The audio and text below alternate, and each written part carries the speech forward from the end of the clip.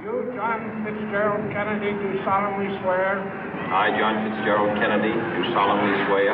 That you will faithfully execute the office of President of the United States. That I will faithfully execute the office of President of the United States.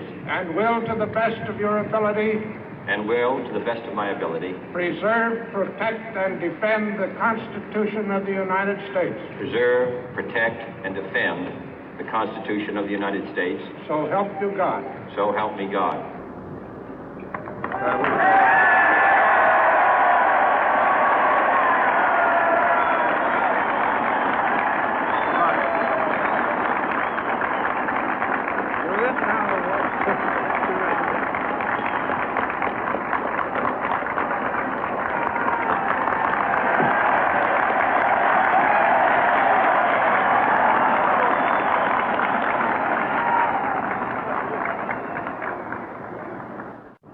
Vice President Johnson, Mr. Speaker, Mr. Chief Justice, President Eisenhower, Vice President Nixon, President Truman, Reverend clergy, fellow citizens.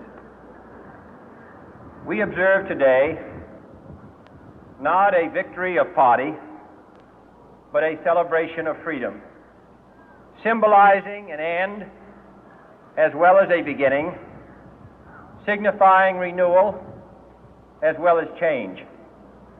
For I have sworn before you and Almighty God the same solemn oath our forebears prescribed nearly a century and 3/4 ago.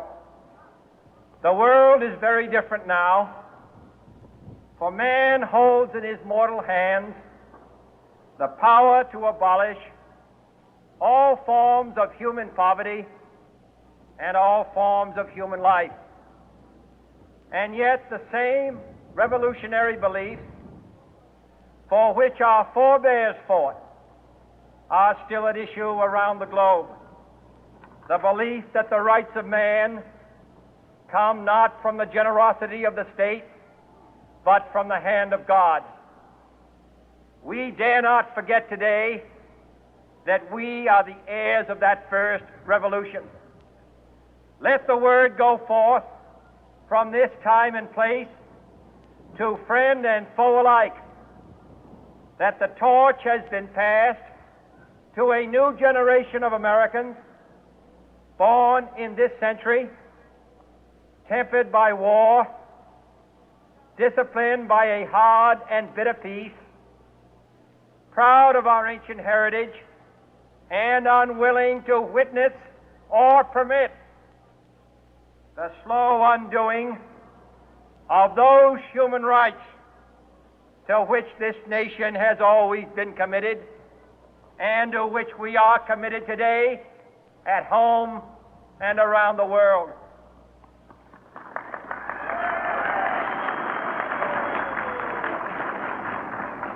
Let every nation know, whether it wishes us well or ill, that we shall pay any price, bear any burden, meet any hardship, support any friend, oppose any foe to assure the survival and the success of liberty.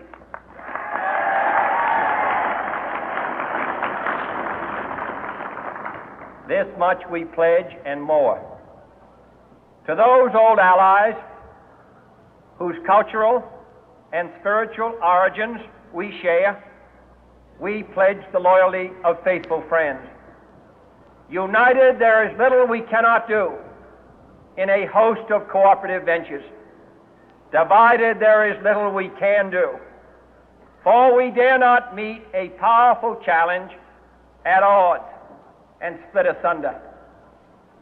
To those new states whom we welcome to the ranks of the free, we pledge our word that one form of colonial control shall not have passed away, merely to be replaced by a far more iron tyranny. We shall not always expect to find them supporting our view, but we shall always hope to find them strongly supporting their own freedom, and to remember that in the past, those who foolishly sought power by riding the back of the tiger ended up inside.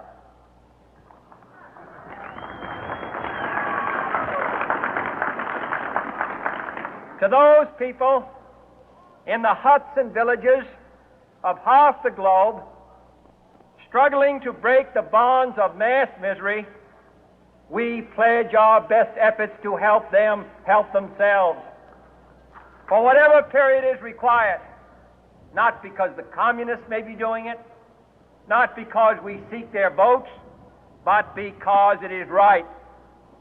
If a free society cannot help the many who are poor, it cannot save the few who are rich.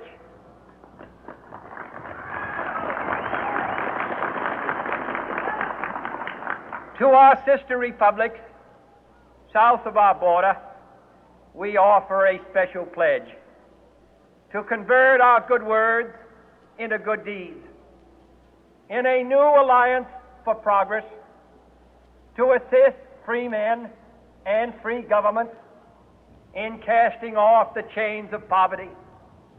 But this peaceful revolution of hope cannot become the prey of hostile powers.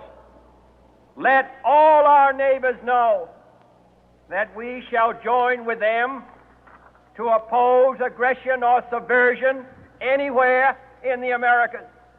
And let every other power know that this hemisphere intends to remain the master of its own house.